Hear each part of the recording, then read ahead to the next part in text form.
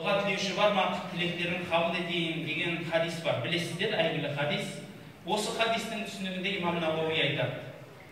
Ғұламаларымыз, әхлі сүнна уәл жамааның ғалымдары осы және осыған ұқсас муташабих сөздерде екі пікірге бөлінген деп айтпайықшы.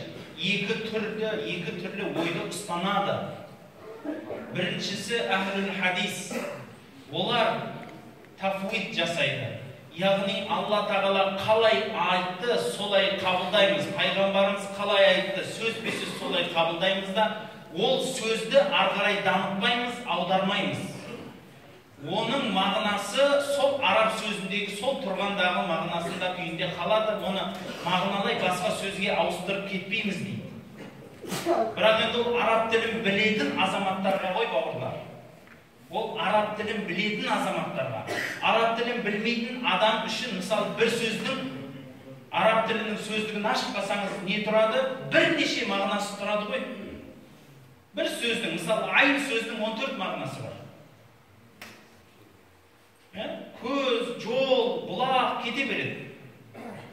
Сол сияқты әр сөздің бірнеше мағынасынан тұрады. Оның енді қайсысын аламыз десе, қазіргі кейбір бауырларымыз айтады, оның тура сөз-сөз бірінші мағынасын аламыз дейді. Бірінші мағынасын аламыз дейді. Сөйтіп, ал бірінші мағынасын ала қойшы десе, кейбір сөздерде өздері мұхалып қалады. Мысалы, Құранда айтады, сендер Алланың аятын ұмытқандай, мен де бүгін сендерді ұмытам дейді Алла тағала. Сонда енді Алла тағала ұмытады ма? Тура сөзі бірінші мағынасы сол ұмыту болып тұрса, қалай болады десе, ол өзіне тән ұмытқанда ұмытады дейді. Алла тағала ауырып қалдым деген сөзі бар қойса, ол өзі сол ауырам дегесі ол ауырып қалады дейді. Өзіне тән ауырады. Бәрін өзіне тән деген әдемі сөзді алып алады да, ол ауырады, ол Құдай сақтасын қарсы сұрайды деген сияқты сөздерді келтіре береді. Бауырлар, өйтіп аудармамен айналысуға болмайды. Бұны аударып жатқан жігіттердің көпшілігі, кешіріңіздер, біздің қазақ тілін білмейтін азаматтар. Өйтіп аударуға болмайды, бауырлар. Бірінші тіл үйреніп алыңыз, әдеби үйреніп алыңыз. Оның бірінші мағынасын қабыл үшін. Сол үшін айтады имам Науауи, екінші жолды ұстанатын ғалымдарымыз бар. Олар араб тілінің шекарасынан шықпай, ақиданың шекарасынан шықпай, сол сөздерге түсініп беретіндер дейді. Араб тілінің шекарасында болса, сол шекарадан шықпайды. Мысал айтайық, мен сендерді ұмытамыз дегенде, сіз тура мағынада түсініп тұрсыз ба? Алла тағала ұмытшақ емес қой. Ұмытамын деген сөз, оның мағынасы нені білдіріп тұр сіздің жүрегіңізге? Өзі бірден түсініп тұрсыз ғой, ұмытамын дегенде Алла тағала өзі ұмытып қалмайды, Алла бәрін білуші. Алла тағала, яғни сендердің дұғаларыңды қабыл қылмаймын, сендерден теріс қараймын деген сияқты мағынаны келтіріп тұр ол жерде. Міне, араб тілінің мағынасы да бір сөзде бірнеше сөз келеді. Истива сөзінің өзі де сондай. Егер тура бірінші мағынада алатын болса, немесе ядун, рижнун, сахун деген сөздер бар. Бұл жерде мысалы дейік, айнун деген сөз бар. Бұны енді тура мағынада алып көз дейтін болса, онда араб тілінің словарын ашып көріңіз. Лисанул араб, ең үлкен словар лисанул араб бар, бірден көріңіз. А, я, нун, бұл үш ұнсұрдан тұратын сөз. Бірінші анық мағынасы жариха, дене мүше деп аударылады. Дене мүше. Алла тағалаға дене мүше беруге болмайды деп бүкіл сәләф-салихтарымыз айтады. Яғни ол аудармаға болмайды, бауырлар. Тіл үйрену керек кішкентай. Сол үшін бауырлар мұшабих аяттарды, егер сіз араб тілінде айтсаңыз, мұшабих аяттарды, мысалы, ядун, рижнун, сахун десеңіз, ол сөздердің аудармасы өзі оқылу осылай болады десеңіз, онда ақидаңыз дұрыс. Яғни Құранда қалай айтылды арабшада, мен солай сенемін. Оны басқа тілге де аудармай-ақ қояйын, оны ары қарай оның түсінігіне де кірмеймін. Алла тағала өзінің сипатын осылай айтты. Бұл Алланың сипаты. Ядун деген сипаты бар, рижлун деген сипаты бар, айнун деген сипаты бар. Бұл өзіне тән сондай сипат деп айтсаңыз болды. Онда сіздің ақидаңыз дұрыс. Ал енді имам Матуридилер, имам Ашарилер оны неге ашты? Өйткені философтар кетті ғой. Қазіргі кездегідей пәлен тілге аударылып жатқан кезде иядун, рижлун деп аударып кетсеңіз, сосын сұрайды ғой ағылшын адам. Бұл не дегені ол? Иядун дегені. Немесе Қазекеңнің өзі сұрайды, бұл иядун деген не дегенді ұқтырады дейді. Сол үшін оларға түсіндіру үшін бір сөзді емес, сөйлемді аудару керек болды. Яғни сөз емес, сөйлем. Өйткені қараңызшы, Құран-ы Карим бұл жауамиғул калим. Яғни өте қысқа, бірақ анық айтылатын сөздер. Мақал, мәтел сияқты сөздерді айтады, жауамиғул калимді. Қазақтың мақалы бар. Мысалы, мақал емес, қарапайым сондай бір тіркес сөздерді алыңызшы. Мен сені жақсы көрем деген. Сіз түсініп отырсыз, жақсы көрем дегенді. Бірақ енді оның тура мағынасын алсаңыз қандай болады? Я тебя хорошо вижу болады ғой мағынасы, дұрыс па? Тура мағынасы солай. Бірақ оны тура мағынада көп қолданбаймыз, байқайсыз ба? Сол сияқты Құран-ы Каримде барлық сөздер тура мағынада олай келе бермейді. Бәлки Алла туралы келген мағыналардың көпшілігі араб тілінің шекарасына, дінге, ақидаға сай болу керек. Өйткені Құран-ы Каримнің өзінде Алла тағала өзінің сипаттарын айтқанда не дейді? Алла тағала барлығынан жоғары. Алла тағала батин, Алланың үстінде де еш нәрсе жоқ, астында да еш нәрсе жоқ деген сөздер бар. Бекерге айтпаймыз ғой, ақидату тахауияда не дейміз? Алла тағаланы алты тарап қамтымайды. Сізбенен біз сияқты геометриялық оңы, солы, алды, арты деп айтуға болмайды деп айтамыз. Ол ақидат тахауия, ахлүссуннаның ақидасы деп бәріміз білеміз. Сол үшін мүшаббих аяттардың мәселесі ауыр қауіпті. Әлеуметтік желілерде Альбани ижазасыз ғалым деп жатады. Бұл қаншалықты рас? Ол соншалықты рас. Ол кісі университет бітірген. Одан кейін кітапханаға отырып, кітапханада ғалым болған адам. Ибн Хаджар Асқаланидің сөзін білесіз. Ибн Хаджар айтады, бір адам хафир болу үшін пәлен мың хадис білу керек. Және менің өзім дейді, Ибн Хаджар Асқаланидің өзі айтады, ұстазымның қолынан сен хадис ғалымысың деп айтқанша 9 жыл бойы жүрдім жанында дейді. Имам Альбани бір мұхаддистің жанында ондай жүрмеген. Ол кісі хадисті сахи, хадисті заиф деп айтады. Мен тарихты айтып жатырмын бауырлар. Ол кісіні имам деп құрметтеп тұрмын, рахматулла алейх деп тұрмын. Бірақ ақиқатты неге жасыруымыз керек бауырлар? Ақиқат тұр ғой, ашып көрсеңізші, өмір баянын оқып көріңіз. Ол кісі хадис ғылымынан бір адамнан ижаза алған емес. Фиқ ғылымынан ижаза алған емес. Ол кісі қадімгі университеттерде бір-екі ғалымдардан әуелгі кітаптарды оқып алған, одан кейінгі одан кейінгі ұстаздары ол кісінің кітап болған.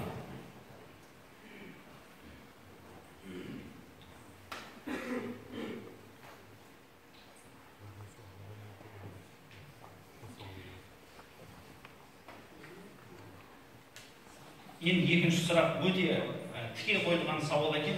Мен бұл сауалды талас тудырады деп жауап бермеймін, ренжімеңіздер болмады. Шәкәрім 3 негізді арабшадан аударған дейді, қаншалықты рас? Шәкәрімнің 3 анығын айтасыз ба, 3 негізді айтасыз ба? Білмедім мен. Мен енді Шәкәрімнің кітабын ондай көп оқымадым, өлең сөздерін оқыдым. Егер 3 анық дегенді оқысаңыз, ол жерде Раббың кім, дінің не, пайғамбарың кім деген мәселені қозғамайды, 3 анық дегенде. Ол жерде рух мәселесін қозғайды, спиритизм деген нүктелерге тоқталып өтіп кетеді. Ол 3 анық деген мәселе бұл жерде бөлек мәселе бауырлар. Ол Шәкәрімді арабшадағы кітаптардан аударып алды, біліп алды демеңіз. Иә, 3 негіз кітабы бір қызық кітап. неге екенін айтайыншы. Біріншіден, бауырлар, үш негіз енді пайғамбарымыздың хадисінің соңынан құрылған кітап. Бір адам дүниеден өтіп қабірге жатса, қабірде ол кісіден сұралады пайғамбарымыздың хадисі бойынша: Раббың кім, дінің не, пайғамбарың кім деп. Міне осы үлкен үш адам үшін өмірінде білу керек болған маңызды нәрсе бар ғой. Дін туралы білейік, бұл дін ислам діні. Раббымыз туралы білейік, ол Алла тағала, оған серік қосуға болмайды. Екіншіден, үшіншіден бұл пайғамбарымыз саллаллаху алейхи ва саллям, ол кісінің жолын дұрыс ұстанайық деп үш негіз құрады.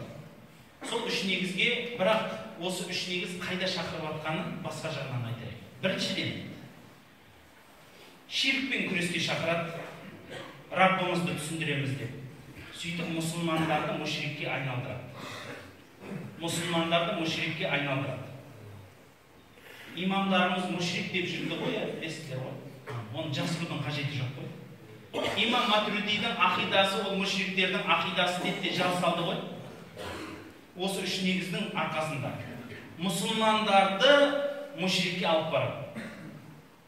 Мұсылмандарды имам Матридидің ақидасын, имам Аш'аридің ақидасын ұстанған қанша тәфсірші ғалым бар, қанша мұхаддис ғалым бар, қанша ел басқарған патшалар бар, қол басқарған батырлар бар, қанша ғылымның егелері бар. Соның бәрі мушрик болса, онда мұсылман үмметінің 80-90% мушрик болып кетті онда.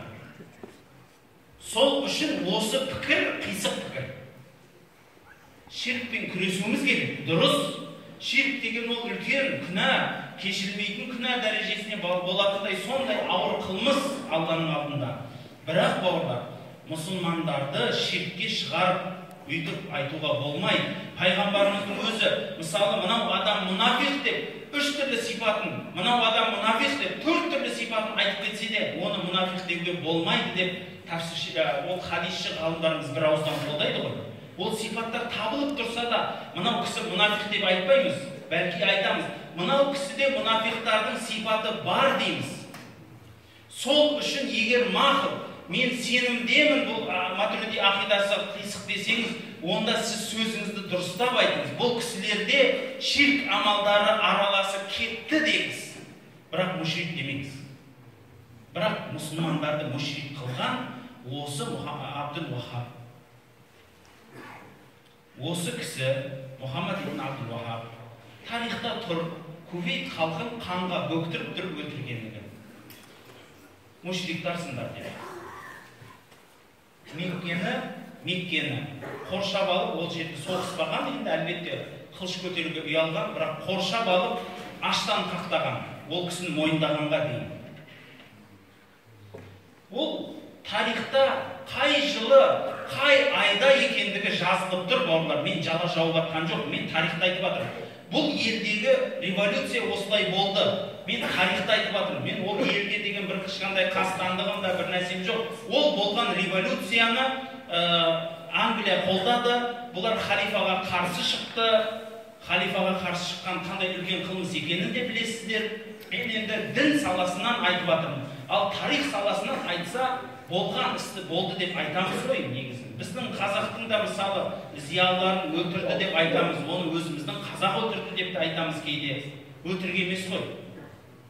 Сол сияқты бауырлар, осы негіздің екінші бір ұстанған тұтқасы бид'амен күрес дейді. Діндегі жаңалық, ол пайғамбарымызға деген имандық бөлімінен алып шығып кетеді оны. Сенің пайғамбарың кім дегенде білуің керек. Сен пайғамбардың сүннетімен ұстануың керек. Пайғамбардың сүннетіне дұрыс келмейтін жолдың бәрі бид'a дейді да, қазіргі көп бауырларымыз сол сөзді қатты жаттап алады да, бірден не нәрсені басқа анау кітаптардан көрмесе, соның бәрі бид'ат бола береді. Имамдарымыздың оқыған намаздарында бид'ат деп келді ғой бауырлар. Имамдарымыздың оқыған намаз бид'a дегеніміз не білесіз ба? Дінде жоқ нәрсе. Дінде жоқ нәрсе, қабылданбайтын нәрсе. Оны олай қылып, үлкен қылып атау, не деген үлкен? Сіздің намазыңызды бид'a десе, намазыңыз жоқ болды деген сөз ғой, түсінесіз ба? Ол Құдай сақтасын, ауыр сөз бауырлар. Үйтіп ондай қылып ұран көтеруге болмайды бұл. Екінші қатер қайықта жатыр. Үшінші қатер дінің не деп айтты?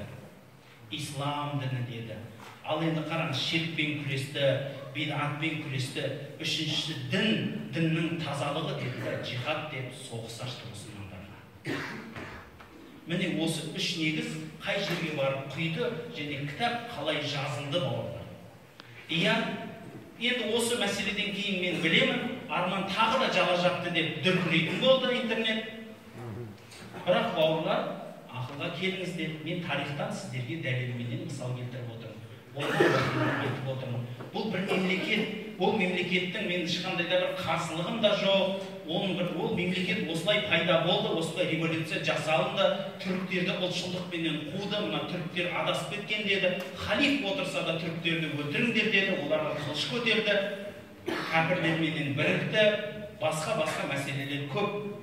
Саясатқа кірмей-ақ мен тарихты айтып отырмын. Ал саясатты енді бұлай жөніне қоя салайық. Бұл саясат айтылатын орын емес болды. Әлсіз хадиспенен қашан амал етуге болады және ақида фиқ дебаттарға үкімі жүреме. Әлсіз хадистер мәселесі туралы ерсінде айтқан сөздері бар шығар деп ойлаймын. Мен бір жерде көріп қалдым, ол ерсінің жаңағы уағыздарын, сол ақида баптарында келеді. Тек қана жұмсақ айтатыным заиф хадис, әлсіз хадис деп айтайықшы. Сол әлсіз хадистердің түрі бар. Не жағынан әлсіз болды деп келген. Егер шынымен хадис мүлде алынбайтын адам болды, мәтінінің өзі өте жалғандыққа жақын барып жатыр деген сөздер болатын болса, ол хадис мүлде амалға жарамайды. Бірақ ол хадис басқа хадистермен күштенуі мүмкін. Немесе түбі сахих хадистікте бар, мына жерде заиф хадис болып келді десе, немесе әлсіз хадистер мағына жағынан ислам мағынасының біреуін беріп тұрса, немесе соның рауиларының біреуі жай ғана ұмытшақ болатын болса, ұмытшақ, немесе адамдардың аттарын ауыстырып қойғыш, мүдәллис дейді, адамдардың аттарын жаңағыдегі сөздерінің нелерін ауыстырып қойғыш болатын болса, ол хадис әлсіз болғанменен жәбір қылынатын, яғни жамалатын дәрежедегі хадис. Басқа хадис келсе, сомен жамай аласыз бір-біріне. Жамалуға болатын хадистер деп келді. Енді оның хадис ғылымына кіріп кеткім келмейді. Әлсіз хадистерге, сондай жамалуға рұқсат берілген әлсіз хадистерге өзіңізге фадаилул амал деп, яғни фадаилул амал деген сөз сауап, нәпіл амалдар. Нәпіл амалдар деп амал қылсаңыз болады. Енді ғұламаларымыз екі пікірге кетіп қалады. Біреулер айтады, бұл уағызға да жария береді дейді.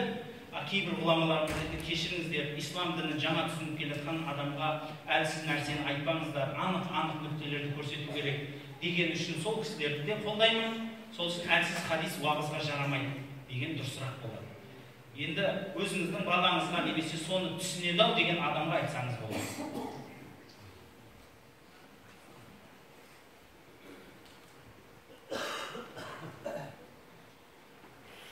Қолға қына салдыру харам ба?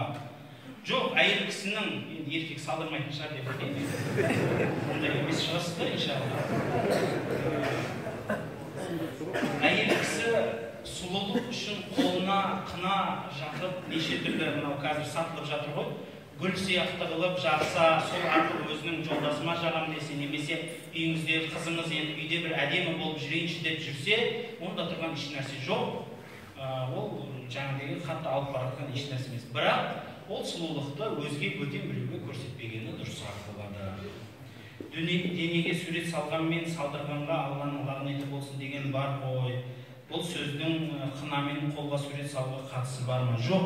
Бұл жерде енді ол қына кетіп қалады біріншіден. Және ол сурет негізі жанды нәрсенің де сурет емес, арнайы жазуда емес, ол бір жұмсақ бір сәнді нәрсе. Әйел кісінің тырнағына жаққан лақ сияқты нәрсе ғой. Әйел кісінің тырнағына лақ жағылады. Бірақ намаз уақыты дегенде оны кетіру керек та, дәлел алу үшін. Өйткені оның сол тырнақтың үстіне су тию керек. Сол үшін енді қайта-қайта жағып, қайта-қайта сүрте беруге ерінбеймін деген адам тырнағын бояйды. Енді одан басқа іс болмаса не істейді? Сақтандыру компаниясына инвестицияға ақша салуға бола ма? Сақтандыру компаниясы дегеніміз страховой компаниялар ғой, бауырлар. Мен қазіргі страховой компаниялардың енді страховкасын исламға сәйкес деп айта алмаймын. Сол үшін енді білмеймін, мүмкін менен де жақсы білікті маман келіп дұрыстап түсіндіретін шығар. Дегенмен менің түсінігімде ол кісілердің ұстанып жатқан жолы исламға дұрыс келмейтін жолдар.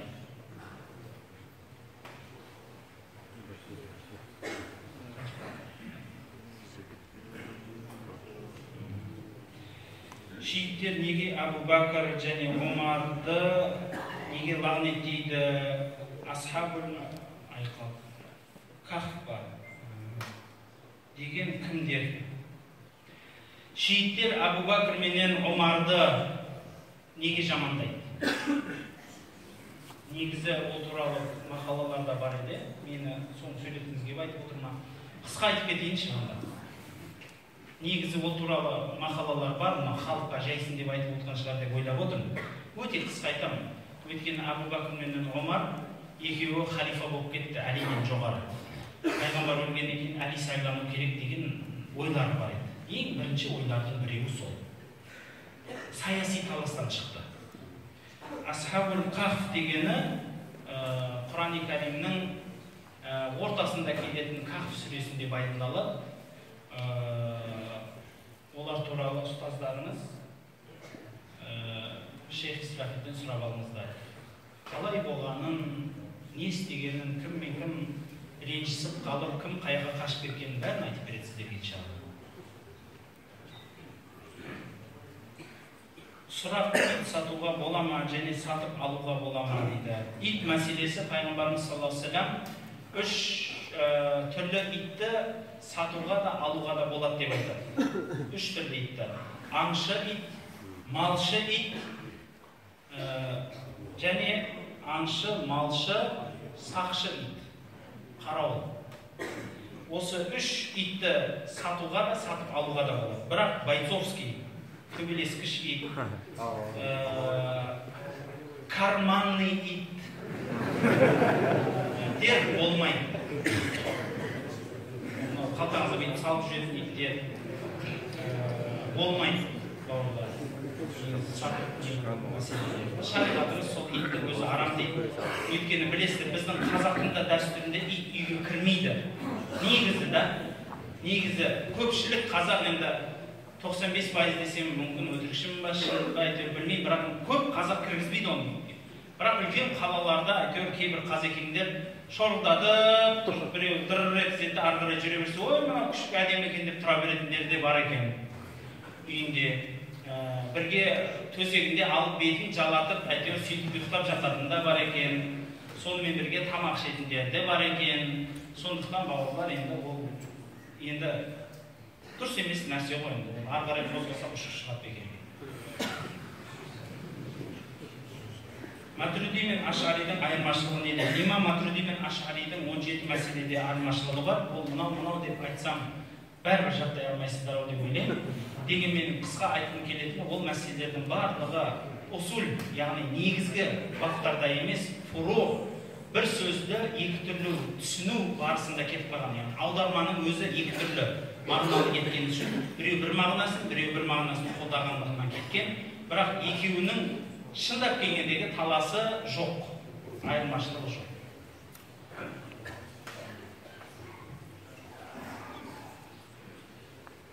Бұл сауалды айтқан едім, негізі білмеймін енді, бірақ қысқа айтып кетейін.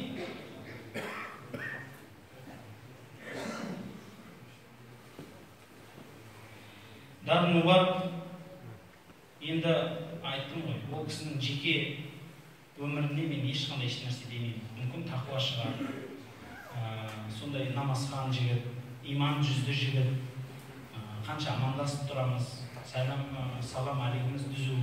Бірақ бауырлар, ақида мәселесінде ол кісінің қатесі бар. Матуриди ақидасында ол кісінің қатесі бар. Мен әдейі айттым Қарағандыда да, азан кезетке кіріңіздер дедім. Неге айттым бауырлар? сол жерге кірсеңіз дәлел табасыз, мен сол азан кейзетті ұстанған ұстанымын қолдаймын деп айттым. Сол үшін дәл сол жердегі мақаланы оқысаңыз, азан кейзетке дарын бар десеңіз, тура дарынның сөзбе-сөз жазған, минутпа минут жазған уағыздары тұр, қай жерінде қате екендігі де анық астына жазылып қойылған болады. Оны қатты қозғаудың қажеті жоқ. Ол кісі ақида мәселесінде біраз қателігі бар.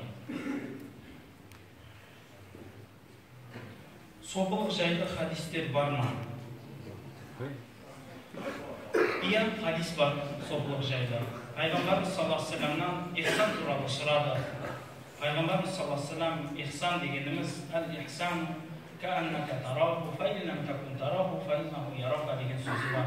Ихсан дегеніміз бейне бір сен Раббыңды көріп тұрғандай құлшылық ету, егер сен көріп тұрмасаң, Раббың сені көріп тұр ғой деген хадис бар. Иман бабын ақида зерттесе, фиқх бабын, намаз бабын фиқх зерттесе, ихсан бабын не зерттейді ойлаңызшы. Әлбетте оны осы ақлақ дейсіз ба, оны ихсан бабы дейсіз ба, оны тәзкия дейсіз ба, оны сопылық дейсіз ба, бұның бәрі бір мағынаға сайып кететін мәселе.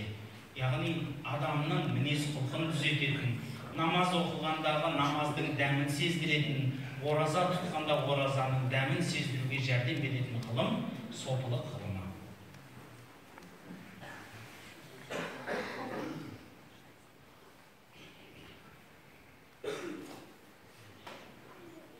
Енді мені кейбіреулер сопы деп сыртынан айтып жүр екен, осыған жауабыңызды. Мен ешқандай пірге қол берген емеспін.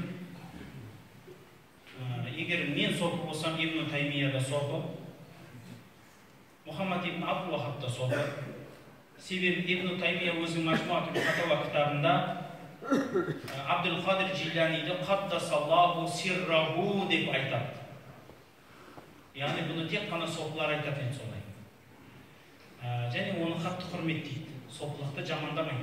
Ибн Таймия сопыларды жамандайды, сопылықты жамандамайды. Көп ғұламаларда сондай. Біздің Абай атамыз да сопыларды жамандаған. Өйткені көп бауырлар бұл білімді, бұл ғылымды алып жүрамайды. Бұл ғылымды, мысалы, жұрттың барлығы бұл кісіні пір екен деп құрметтеген сайын адамның нәпсісі көтеріліп кететіндері болған. Нәпсісі көтеріліп бір жерлерге барғанда тек мал табу үшін ал мүріттерім келіңдер деп бір нәрсені айтса, айтпаса алдына барса жұрттың бәрі мал жинап емес, сол мал жинап алып қарын ашқанша соны жеп жататындар болған. Немесе сопылық деп жұртқа әңгімені бөлек айтып, өзі мына жақта өзінің айтқан әңгімесіне бөлек арақ ішіп жүргендер де болған. Сол сияқты азаматтарды, тіпті енді Абай өте білімді адам ғой. Сол мен сопымын деген адамның өзі дін туралы мәселеде д деген әріпті білмейтіндері болғаннан кейін оларды қателіктерін айтып сынаған. Ол көп ғұламалар сынаған. Сондықтан сопылықтың өзіне айтатын ешқандай мәселе жоқ. Әңгіме сол сопылықты ұстанған көп адамдардың қателігінде. Оны таза ұстанғандарға әлбетте сөз жоқ. Сол үшін мен біріншіден соп емеспін. Ол сопқа қол берген емеспін. Бір пірім бар деп оның мысалы соңынан еріп жүрген азамат емеспін. Бірақ сопылықты дұрыс деп білемін. Сопыларды біраз қателерін сынаймын. Мынау Құдайға, Алла тағалаға қосып атқан, Аллаға қосып атқан серіктері, серік қосып атқандары бар. Артық кеткен ақида мәселесінде, фиқх мәселесіндегі қателіктері біраз бар. Сондықтан қазіргі көп ұстанып жүрген сопылық мәселелері өте қате пікірде. Базардан үйде ет алады, соны біз жеп жүрміз. Әлі ет мәселесі шешілмеген ба сіздерде? Енді сақал мен балақты сұрасаңыздаршы. Айша анамыздан келген хадис бар деп, көрмесек жей беруге бола ма, жемесек фитна шығады деп алаңдаймыз, нақтысын айтсаңыз дейді. Осы жерден бір нүкте. Ет мәселесі бауырлар айтып отырмын ғой. Бисмилля Аллаху акбар деп сойылған әрбір мұсылман адам, мен мұсылманмын деп бисмилля Аллаху акбар десе, немесе калима айтып ла иляха илlallah Мұхаммаду расулуллах десе, сол кісінің сойылған малы адал. егер қатты күмән, мен дұрыс, мүмкін мен қонаққа барамын, қонаққа барғанда ет жемей отырамын, не істеймін деген нәрселер бар шығар. Енді шынымен ол кісі енді домыздың етін алып келіп сойып жеп жатса, жемеңіз, болмайды ол. Оның сорпасын да ішпеңіз, біреулер сияқты мен етін жемеймін, сорпасын ішемін. Немесе етін жемеймін, мен мында нанын жеймін дейтіндер болады. Ол сол ет қайнаған суға пістіреді оны да, қамырын, нанын да соған салады. Сол үшін жаңағыдай ондай қылмаңыз. Анық па, оны анықтап алыңыз. Жаңағыдай арам нәрсе ма, арам нәрсеге жолауға болмайды. Дизи, нулевка, кола ішуге бола ма дейді. Кока-коланы ішуге болады, дизиді ішуге болады, орныменен. Нулевканы ішуге болмайды. Нулевка оның өйткені аты пива. Оның аты пива, заты пива болмаса. Ол мұсылманды одан басқа ішімдік қамады, шөлден өліп тұрмын десең ішіңіз. Басқа түк ішетін жоқ. Бір ысқылапқа қамап кетті. Енді шөлден өлетін болды, нулевкадан басқа пива жоқ, су жоқ, мен өлетін болды ғой десеңіз, ішіңіз соң. Ал бірақ басқа не деген ішетін зат көп қой, ең қарапайымы қара су кранта. Содан басталады көк шай, қызыл шай, ақ шай, лимон қосылған шай, жалбыз қосылған шай, жалбыз аптастаған шай. Көп қой енді, ой Аллай Карим, енді барып тұр соны ішу ендіше ол балалық қой. Балалық қой.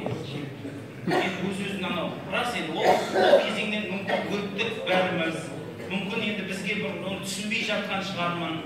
Балалық кезде сондай болады, өзі адамда өзі самоутверждение деген өз-өзін көрсеткісі келетін.